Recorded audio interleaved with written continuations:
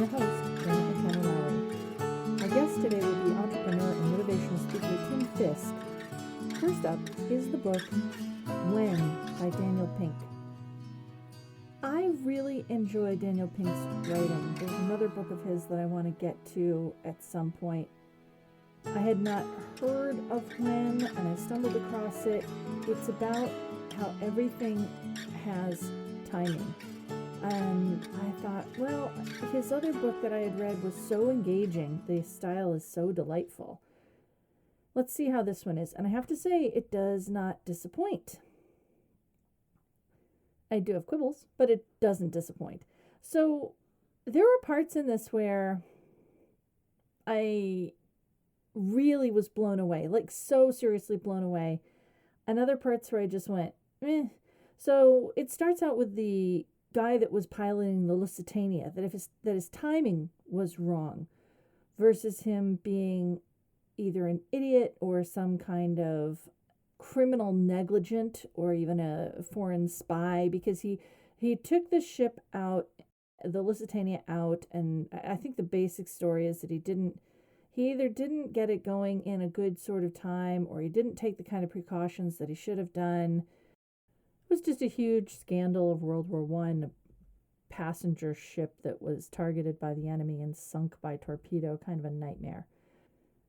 I guess that's about timing, but I actually feel like it doesn't hook in particularly well to the rest of the book, because the rest of the book is super practical things for us to really, really know about timing and about ourselves.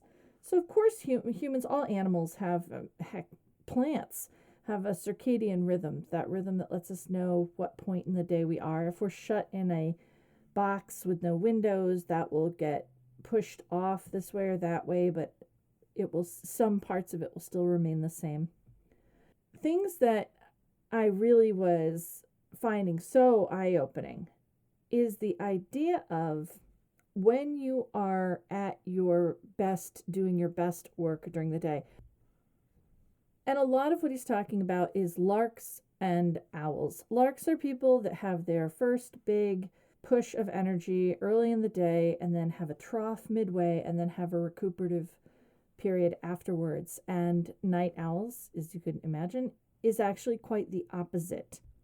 And when you know this about yourself, you can start to try to rearrange your days in order to take advantage and work in a way that aligns yourself with yourself instead of working against yourself. Interesting stuff about that. I have to say, he doesn't really cover the fact that I think people can, in fact, switch. I mean, I've had jobs that demanded real morning times, and I felt like I got in a rhythm where I could really do that. And I've had other times where I didn't have to do that and was working in theaters, and so I was working a lot at the end of the day, and I eventually got into that kind of rhythm. So there's a lot of stuff that he says, this is how it is, and I immediately thought of a million reasons why it isn't. Although they are using scientific studies, I do feel like those are only as good as they're designed. And this is a tendency. But my understanding of this is that it is similar to right-handedness and left-handedness. That most people are lark-ish, and their best of one kind of work is done at the beginning of the day, and that tends to be mathematical, or that kind of cognitive load is better done at the beginning of the day, and creative work is better done at the other end of the day. And owls are flipped. Okay, I can get that. That's not a terrible thing to think about, but to me it felt very much like the numbers are there, that it's kind of left-handedness and right-handedness. There's no judgment call about him. Well, Pink has a lot of stuff on his website that's fun. You can kind of walk through it, sort of ways to talk about this, reminders, and just little, I guess, kind of fun graphics about this. And on there, oh boy, is it loaded. Larks are introverted, conscientious, agreeable, persistent, emotionally stable, and owls are open, extrovert, neurotic, impulsive, and sensation-seeking. I mean, I really feel like that's saying the same thing about right-handers and left-handers. And I don't think we would make those kinds of personality distinctions, especially because the lark side seems awfully favorable and it makes the owls seem kind of terrible. And at that point, I was like, I don't think that reflects the book, so I really don't know what it's doing on his website. And he actually sends you to his website several times in the book to see which one you are, to kind of answer a bunch of questions and see which one you are. Yeah, I found that to be a little bit judgment laden in a very, very weird kind of way.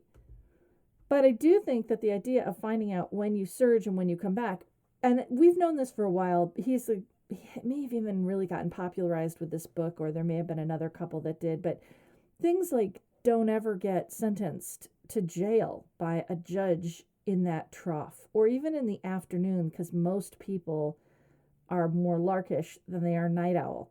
Scientists have definitely seen real patterns of things that involve judgment being done very poorly during the trough. Surgery. Get your surgery early in the morning. Oh my goodness. It's way more important than you think it is. So in order to counteract this, there's a couple things people can do. There's this idea that a doctor came up with a vigilance break, which was before starting mindlessly on the next surgical procedure. The group takes a moment to regain focus because the task is such high stakes. Also, restorative breaks and making sure that there's some time off in order to go back to things. I actually really like the 50 minutes of work with a 10-minute break. Making sure that you take lunch and that you really take lunch, and if at all possible, that you touch grass when you take lunch, that you get outside into something that will change your field of vision, will restore you. And then make sure that you eat something and don't talk about work at lunch. Now, this book came out in 2018. I'd be really interested to see somebody study what was happening for lunches during the pandemic, because were people going outside? I mean, certainly I was taking my dog for a walk, so I was getting outside during that time. It may be one of the things people really enjoy about the pandemic sort of work at home kind of thing. And then this idea, which I do think is very funny, called a nappuccino. If you're a coffee drinker, where you drink coffee or caffeine and then go straight to a nap for 25 minutes. And the optimal time for this restorative break, is going to be 7 hours after you wake up. I actually found that very interesting. Now, the author, Daniel Pink, is not a napper. I am. That was one of the great joys of parenting young children for me, was this moment where it made sense that we all just ramped down for a half hour at the trough time after lunch. And I never timed it. I never realized there was an optimum time. That's kind of when it happened for toddlers. And that's probably because they're still very much in sync with their chronological clock in a way that the rest of us are not. But it really is nice, and it's nice to be able to put a number on it, that it's 7 hours after you wake is when you're going to just be at the bottom of the shape, whether you are an early bird or a night owl. And for early birds, after that, you're going to have a restorative time, and creative work is really good to do during then. And if you're a night owl, the flip. He has some things about morning being the best time for exercise. I would like to see more of why that is. I don't know why it's easier for me to posit that morning is a better time cognitively for certain kinds of cognitive tasks, but physically, a time for physical tasks, I don't know why I think that, especially because I've had jobs that were physically demanding, and as long as I had a nap, I could get right back to them at the other end, or as long as I had like a restful lunch. So it's more of like a recommendation, and that's not bad. At least he does have these recommendations. That's kind of cool. And then he starts to talk about the patterns of when to start something. And I really loved the sort of logical progression of how these work and how you can see how these work. That there are times to begin something, starting right, starting again, and starting together. So you can start over, but some things that you start aren't getting started at the right time. And if for whatever reason it bails out, try it again.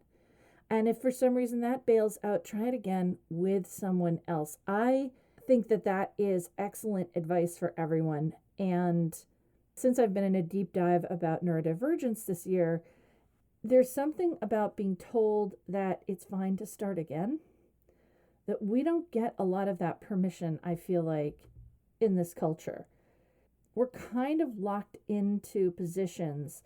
And we also, and this is, the culture does it, the sort of highly individualistic culture does it, the high cost of doing certain tasks does it. And then we are very, very vulnerable to the sunk cost fallacy, which is, I already put so much effort in, I'm just going to brute force it through when things aren't going well, but they're not going well. And then a lot of times you have no control over whether you're allowed to start over again, because what you were doing has simply finished. You were fired or something happened to the project, whatever it is. So beginnings work really, really well if you hook them up to a date that feels generative, I guess would be the best word. So that's why everybody goes to the gym on January 1st. January 1st is inherently no different than May 1st. May 1st is no different than May 16th. There's no magic to any of those dates. But the first of the year feels very right to start. Like it just feels like a new something.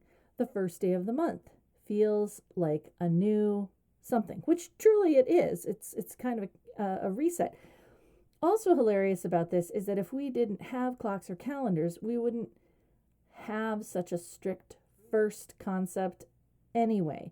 We might have a big thing of standing stones that sort of showed us when the solstice was, or the equinox. We might have a sense of like, oh, the corn has come up, so this is the something day. But what we wouldn't have would be these very firm dates that we could lock things onto. They are an artificial construct, just like the hours of the day are an artificial construct. But in any case, your chances of following through are higher if you hook things to something meaningful. The first, a birthday, an anniversary, a holiday, anything that feels like it's going to have real meaning is going to help you stay on track with something. That's extremely useful to know. And there's also the importance of endings. So make yourself have a deadline. This is one of the hardest cognitive things for me, is that if I have deadlines that other people depend on, I meet them. If I have deadlines that I have set for myself, I don't. And I struggled with that for years. And when I would say things to people about like, how do I work around this? I was told that I just had to prioritize my own work, or maybe it wasn't that important anyway, or there was always some load of shame. There was always some load of laziness, or I don't know, something wrong with me. Well, there kind of is something wrong with me in the sense that I'm not wired to do that. It's been very freeing to say, okay, all right, so clearly that is something that is very difficult for me to really follow through on. So I will get other people involved in the endings. So I will do something where somebody knows and can ask me at that point, and I will ask them to please check in with me so that I have reminders of the endings, which brings us, oddly enough, to middle points. So just like we slump in the day, that is more or less our shape always. So whatever, an upside down bell curve, I guess might be the right way to say it. A ditch curve, a sad sad little dip.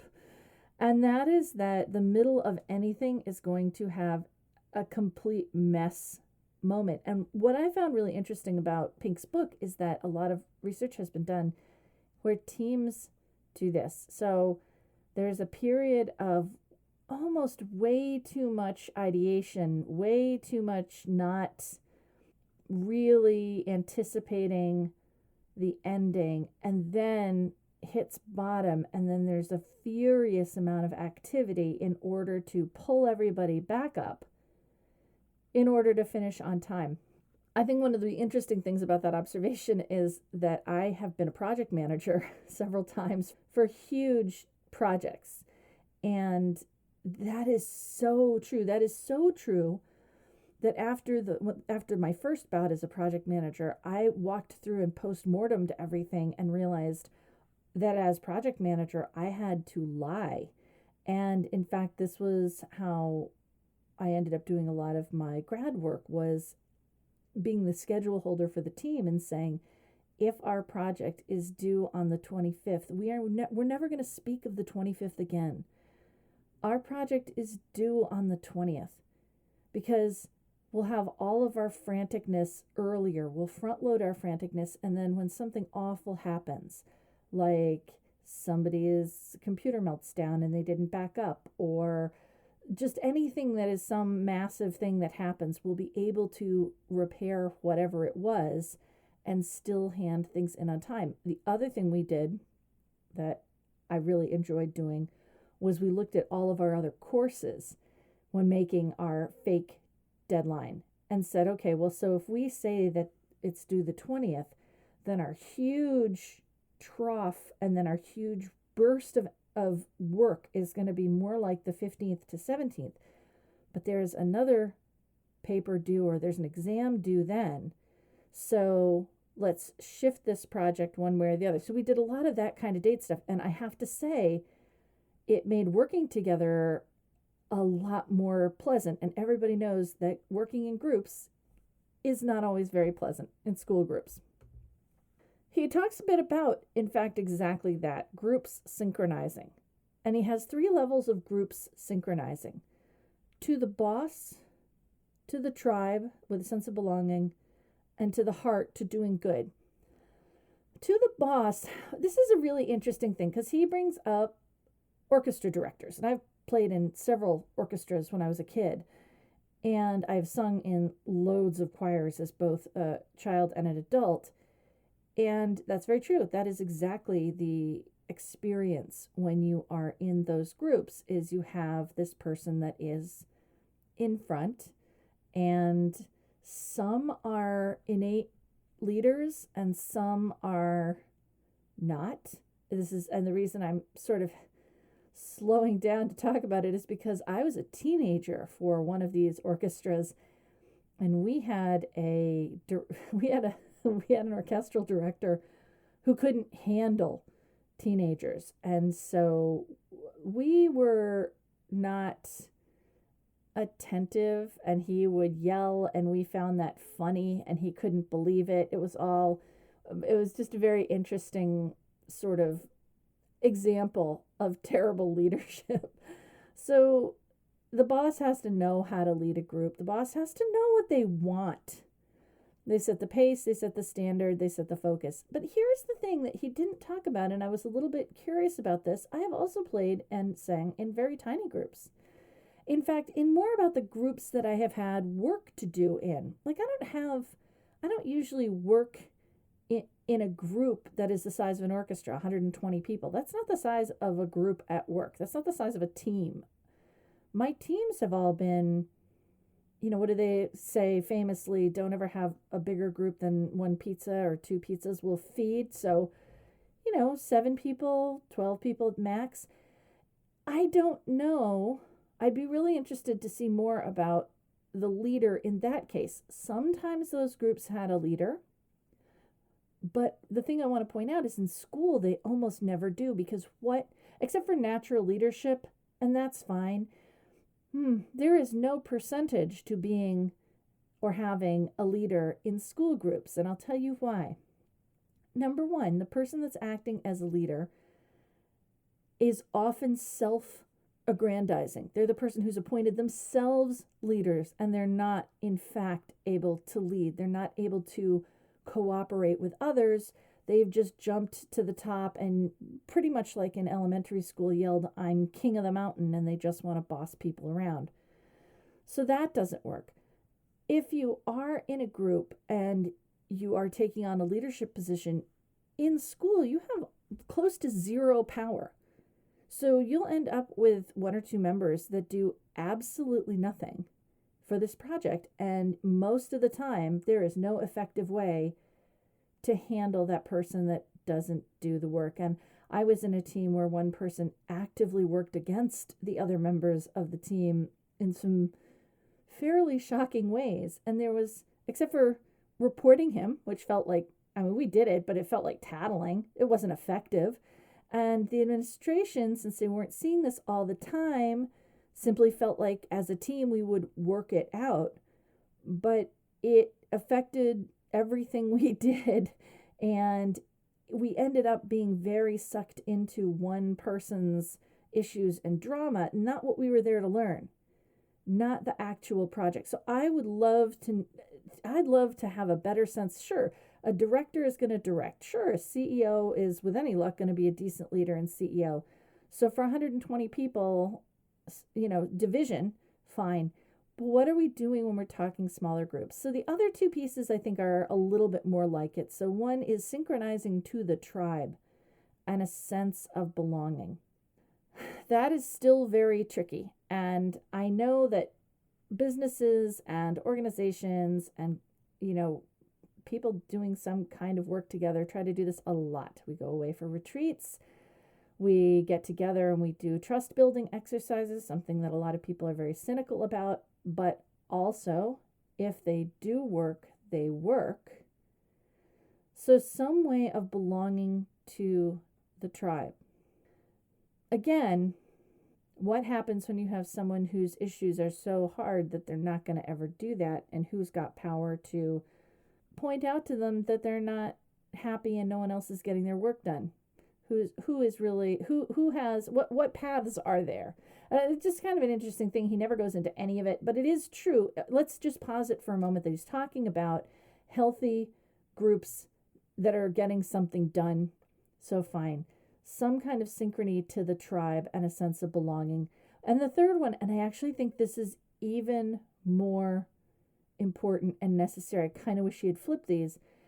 To the heart, to do good. I would not say that. I would say meaning. Building meaning. Is the job we're all doing together meaningful? Is there a point to it? Is, after we've done this focus group, is the organization just going to watch a slideshow and throw all of our recommendations in the trash?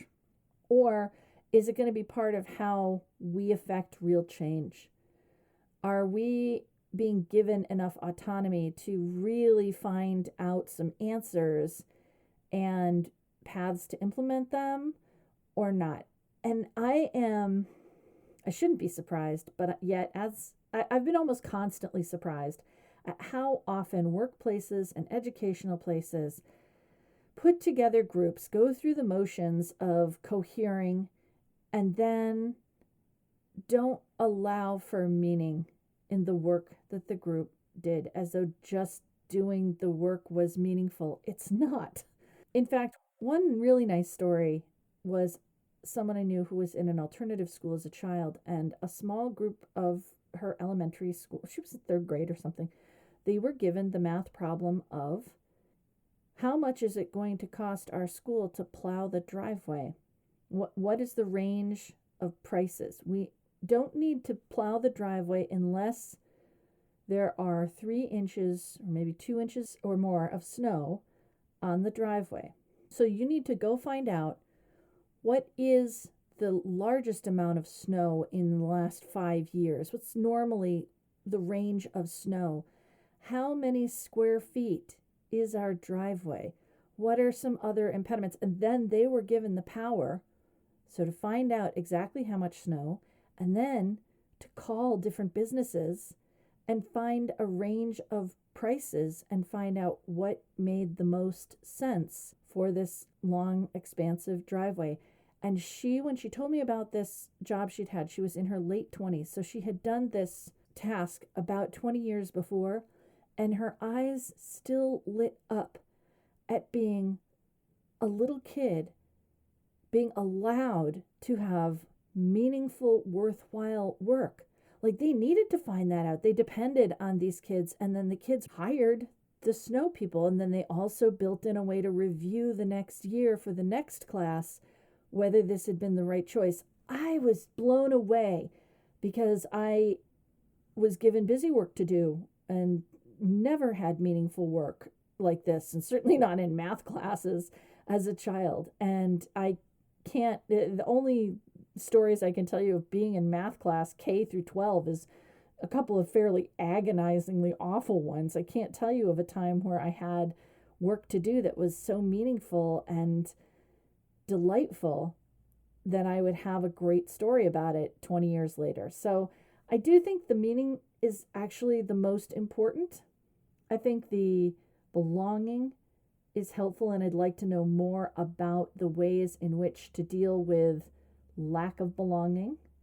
And I think the boss is kind of third, unless we tease out what that means, since usually you're not working in a group of, like an orchestra. That's fairly rare, is coordinating as 120 people. When you are coordinating as 120 people, though, you probably do need somebody to just direct that. I can't think of any orchestras that don't have someone in front corralling everybody. So Pink also tells you when to go first, when to go last, to expect slumps and sparks and then work with them. I think one of the hardest things to do is to understand when you're in them, what is about to happen. And I'd love to have him talk a little bit more about the ability to identify, like, a lot of this is just looking backwards and finding out what you did. He does talk about this concept that I've done several times, and it's always really effective. I actually find it super fun, which is a pre-mortem, which is before you do a project, stand as if it is at 2 days after your deadline and start talking about where everything went wrong. In a way, that's what I was talking about with calendaring those projects, that if we were going to have our big push be at the same time as a serious exam, that's something you can do in pre-mortem. And he doesn't talk about, but I think it's really important in an organization. If you're going to do something year after year together, you owe it to yourself to build in time for a post-mortem and to learn from it and to see what can be done, a little differently next time. There's an absolutely fascinating piece, and the book does jump around a bit like I am. It's basically all about time, but it's also pretty much what captivated the author. But future tenses, in language where the future feels close, we live differently than in languages where the future tense feels far away. So English has a tense that feels far away, and it's incredibly hard for us to imagine ourselves in that future space with the needs that we will have at that future time, which is one of the reasons that it's so hard for people to save for the future. Many, many other reasons. And actually, it's one of the kind of bad sides of Pink is he makes some declarations that you're like, oh, I mean, that's only one reason. The fact that a very tiny number of people have sucked up a huge amount of the economy into their own personal bank accounts is actually the reason why it's so hard to save. But when we are able to do any kind of savings, it is very hard for us to think of how to do that, partly because, at least he posits, our language doesn't have that piece in it that lets us really truly imagine ourselves. And there have been some examples of this, or some tests done on this, and he talks about them, which is you get your face aged through an AI Photoshop program, and then you may do some kind of virtual reality, or you may just look at a portrait, and you really look at that person who is you in the future, aged. And people, at least for a while, tend to have a better sense of preparation for that time. Anyway, very interesting. And my quibbles were smaller than the things that I thought were great. I do think, he has sports metaphors, and I got to tell you, when I read through a thing in depth about basketball, I only have the vaguest idea. I know how the game works, but if we're going to talk about point spreads, I've checked out. But it's okay. He balances those. There was some other authors that really doubled down on the sports and golf and football metaphors. This one, there are a couple, but it's not the only way he explains concepts. Thank you, Daniel Pink.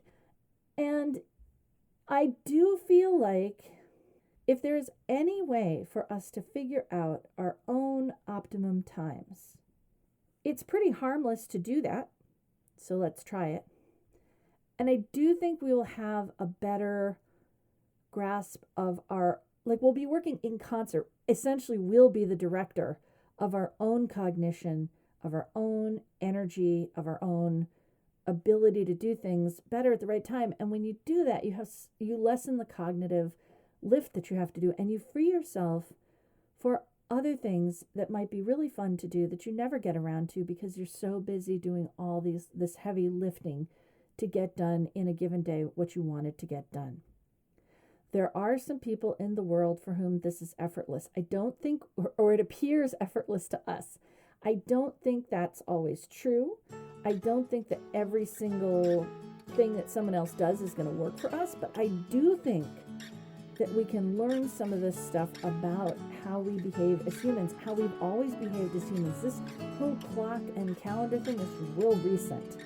And be able to start to work with ourselves instead of so much against ourselves.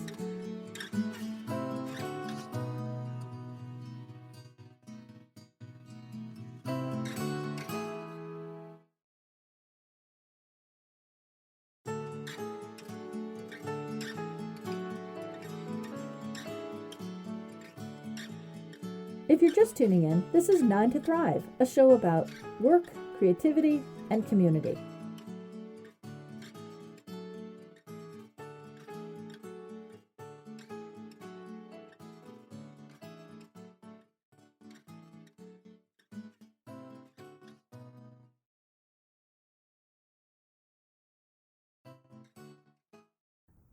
With me today is entrepreneur, business coach, and motivational speaker, Tim Fisk. Thanks for being on the show today, Tim. Yeah, thanks for having me. I'm excited. Yeah. So why don't you start? The general topics are about work, community, and creativity, and how we get sort of a full life from balancing those things. So you can start with any of those and let me know what it is you do. Okay. I mean, that's interesting. Getting a choice to start with which one I would, because normally we start with career, right? What do we do for work? I'm just going to start there because that's I think the normal place where people start. I own a few different businesses in the Pioneer Valley. I own Hurtis the Salon in Northampton. I also own Plum Boutique in Greenfield. And we just opened in June a new salon company in Greenfield called Parker on Main. Okay. In addition to those businesses, I work as the manager of social digital for a consulting company called Summit Salon Business Center, which is an international consulting company that works with the salons and spas, barbershops, med spas. So I do a lot of traveling. I do a lot of training and coaching with small businesses and some motivational speaking as well. That third one, what do you provide? What kind of services do you provide for salons? I've never heard of that job, so it's very cool. Yeah, so this company actually is about 25 years old. We're the largest consulting company in that industry. We are the exclusive business partner to L'Oreal Professional Products Division, and we work with independent salons on all facets of their business, from sound financial practices, building career paths for stylists and service providers, marketing and social digital, and also leadership development, which is where a lot of the motivational speaking comes into play. Oh, I love that. That's like the dearest part to my heart in the work world, is people who come in and teach other people how to be a better boss, especially that idea too of fostering the employees to have an actual career path. Honestly, this is one of the most amazing companies that I've ever come across, and it's an honor to be a part of this company. These people have changed, I think, my life as well. And what we can do in this industry, in the salon and spa industry, is profound, and people don't really realize it. A lot of parents might kick and scream as their kids say that they want to go to cosmetology school or become a hairstylist or an esthetician. And the truth of the matter is that many of those service providers are laughing all the way to the bank. And in our companies alone, we have people that earn 6 figures a year working behind the chair. Well, so you said it's changed your life. What are some of the ways that it's changed your life? I would say, and this ties a little bit into this conversation. I think it ties a lot in, actually. There's this, one of my mentors had this saying once, and I don't mean to sound,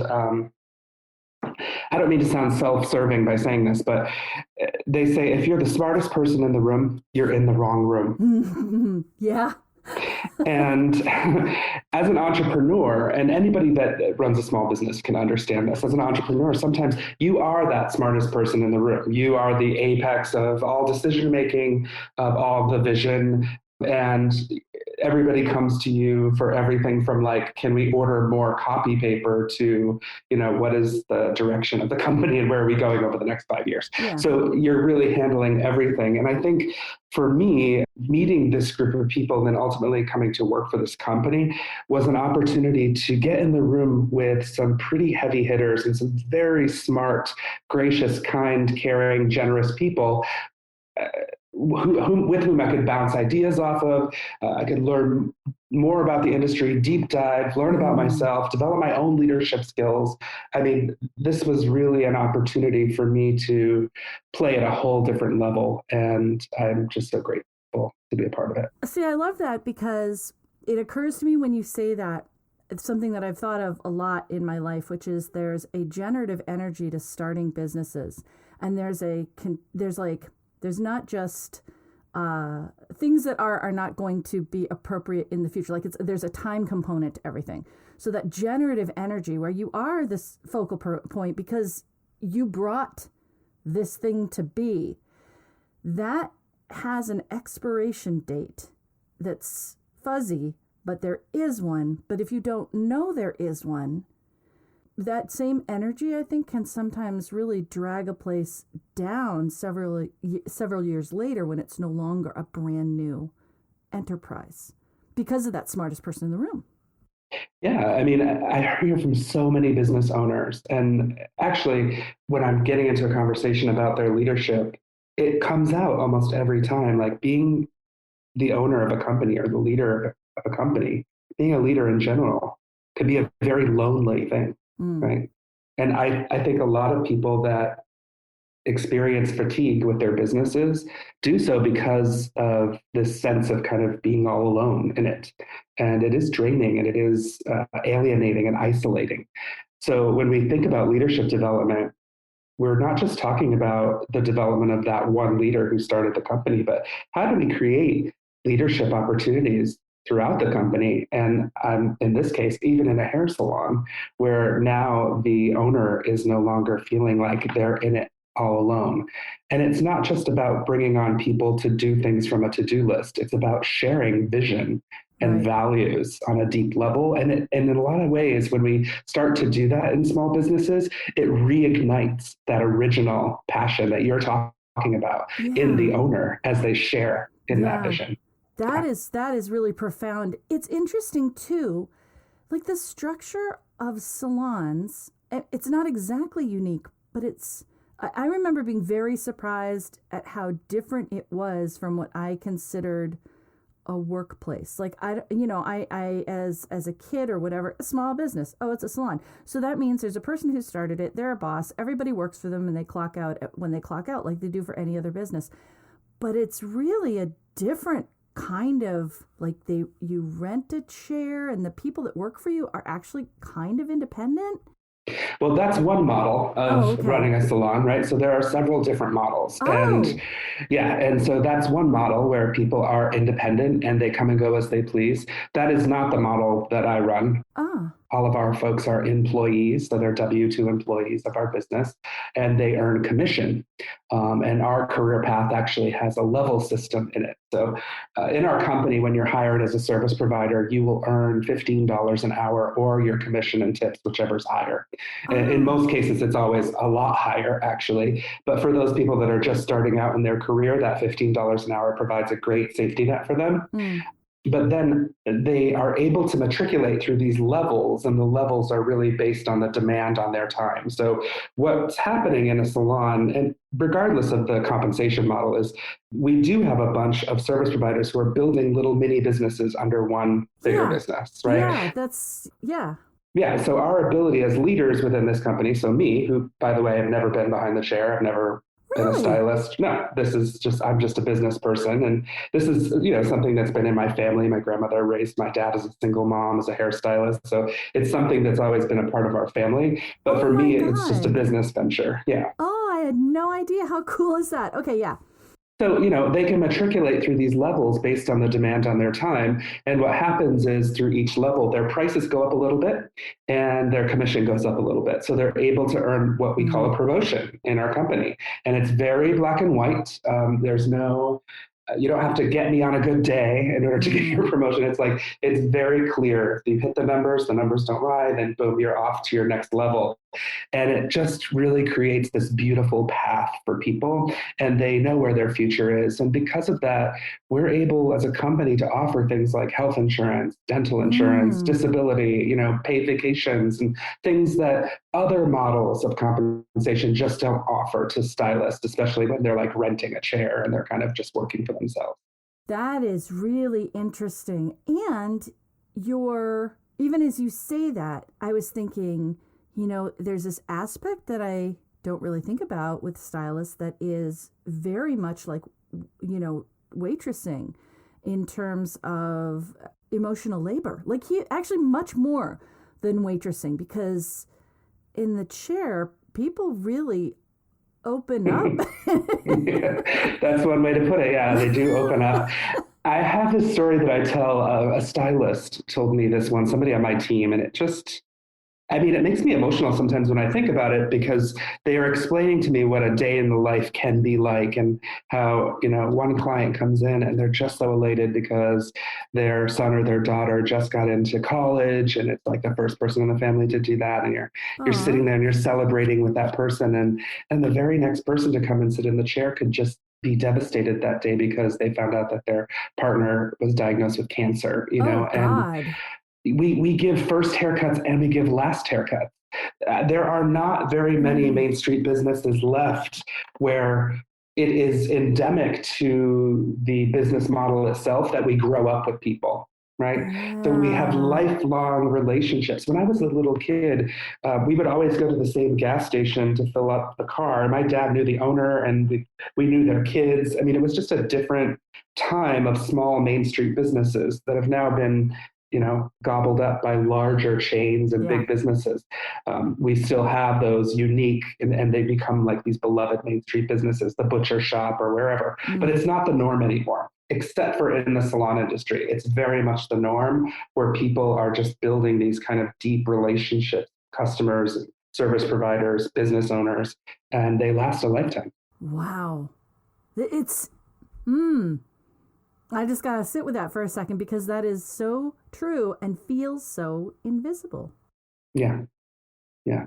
Well, I say, people, if you ask a couple of things, if you ask any service provider why they became a stylist, right? Yeah. Why did you do this? You're going to get some answer almost every single time, 99.9% of the time.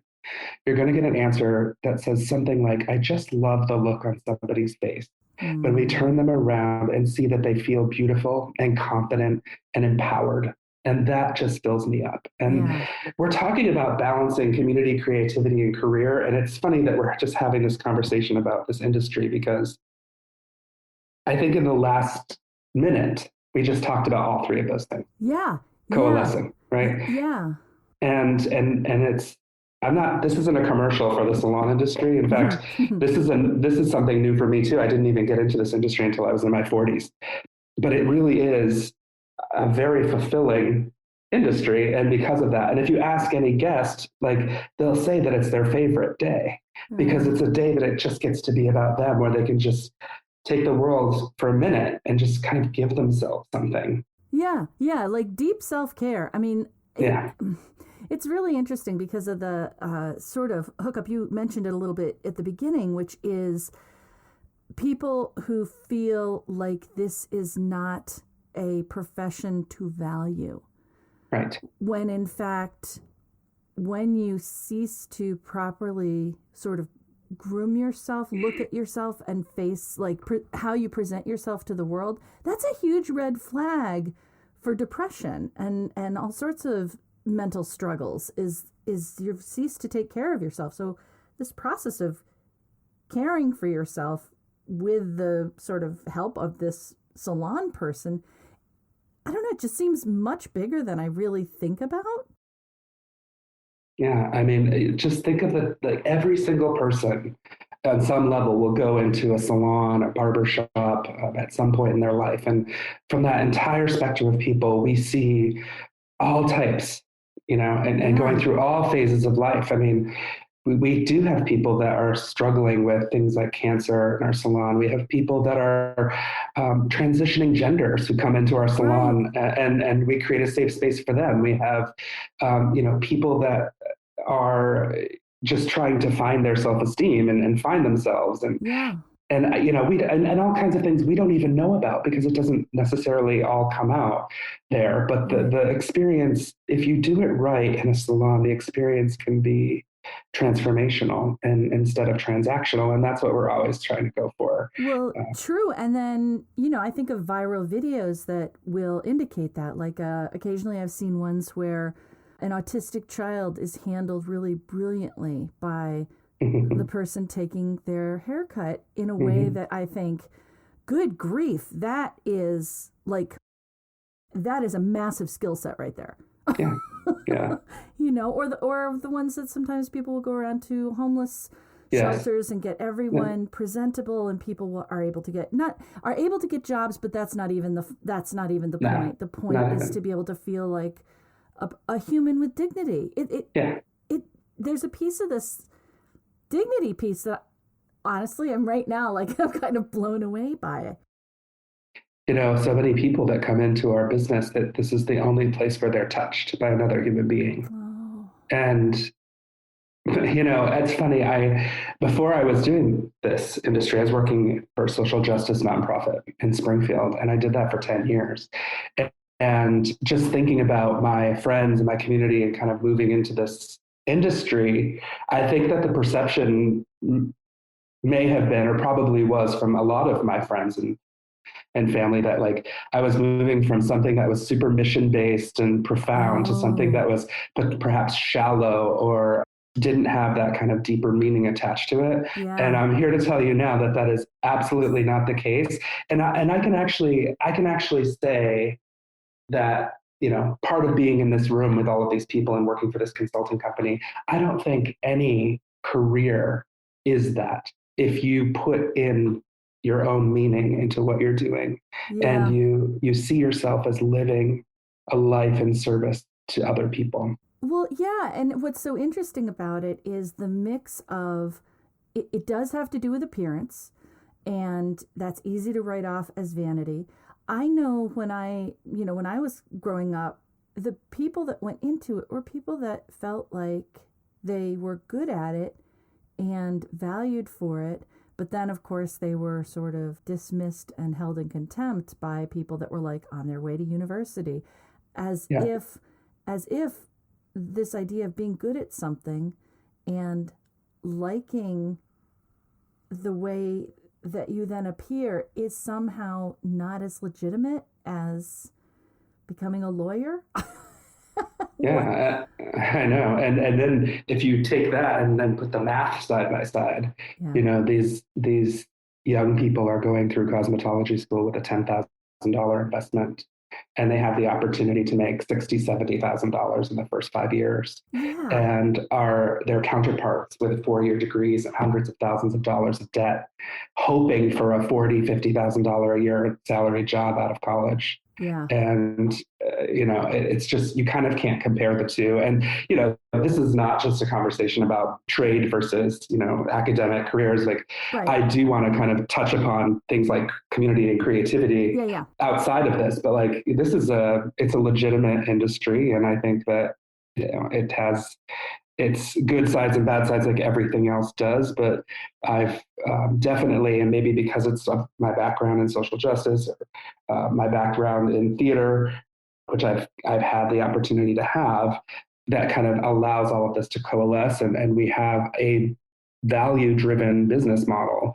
where Yeah. everybody wins and everybody feels good at the end of the day. Yeah. And on our way to that, I also just want to observe that cosmetology and salons and hair, barbers and things, that is an industry that feels, anyway, from the outside, open and accessible and welcoming to marginalized people in a way that nothing else seems to have that kind of open door. I may be wrong, but when I think about it, I think, oh, the black barbershop and black women taking care of hair that a lot of times white women have no idea how to handle. Women taking care of, the appearance of others. People with different, with a wide range of sexual preferences being accepted and able to go into this industry, which brings me to that community piece. Yes. And I think, we could have a whole conversation about diversity in the industry. But I do think it is a place for, all of the freaks and geeks. And I do think that the industry as a whole is addressing diversity. It's joining this moment that we're in right now, looking in on itself and asking itself how it can do better, which is a beautiful thing. And I think, when we talk about community is wherever you find it, right? And Yeah. I think if I think about my own community, there's several layers of community that I experience and that I have the privilege of experiencing, whether it's my local community as a local business owner and kind of growing up basically here in the Valley, and all of the connections that I've made, both as a business owner, as a director of a social justice nonprofit, board member of, a theater company, all of those cool things that we get to do, but then also the broader kind of community of the salon industry, and my ability to touch upon that on a national level is also a piece of what I consider to be my fulfilling of a sense of community. So yeah, let's bring that in. So what kind of community work do you do beyond the built-in, baked-in to your career part?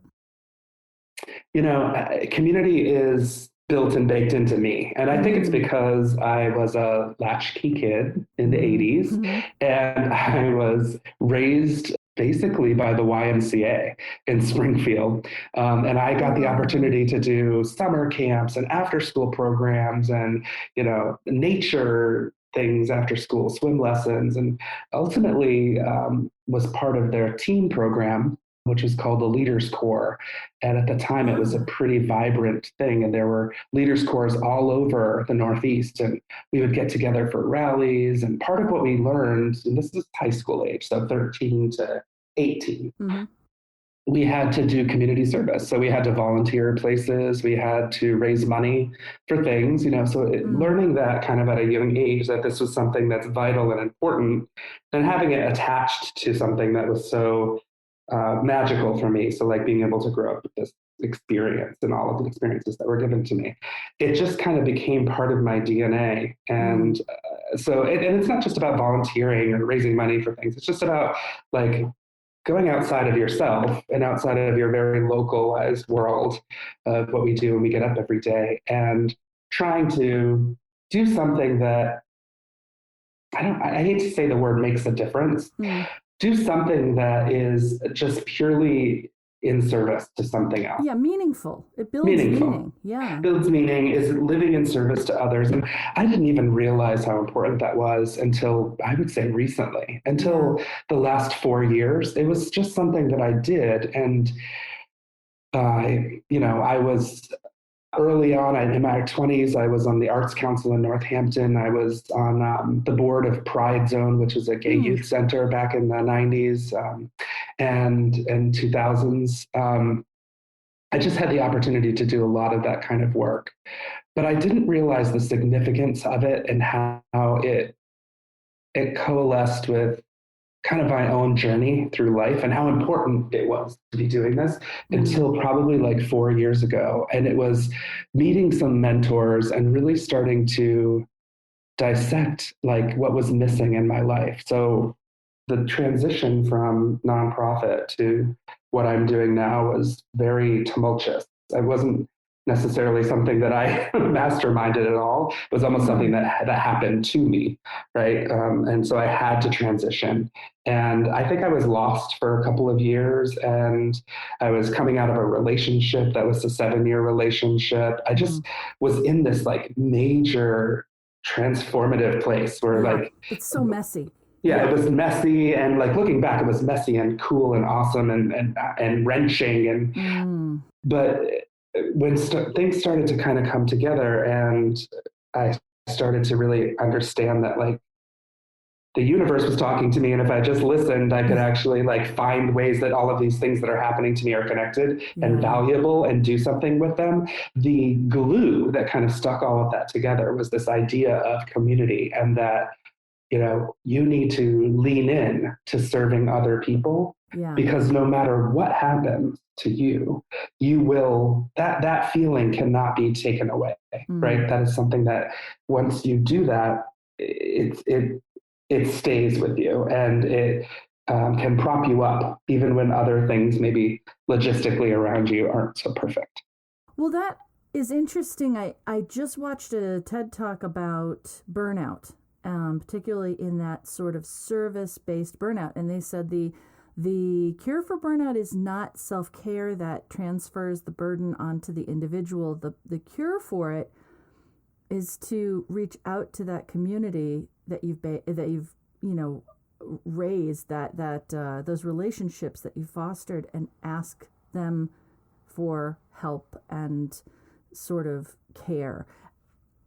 That's the thing about the service, like that I just thought that was a kind of interesting way to look at that flip side of giving everything to service and having nothing for yourself. And I think it's not even just asking, but it's also investing. Like when we invest in our community, and it could be a phone call to a friend, Janet. Like I'm not talking about like going to a soup kitchen and volunteering on Thanksgiving. I'm talking about anytime you lean in to community. Yeah, small C, big C. I'd like to thank Tim Fisk for joining me today.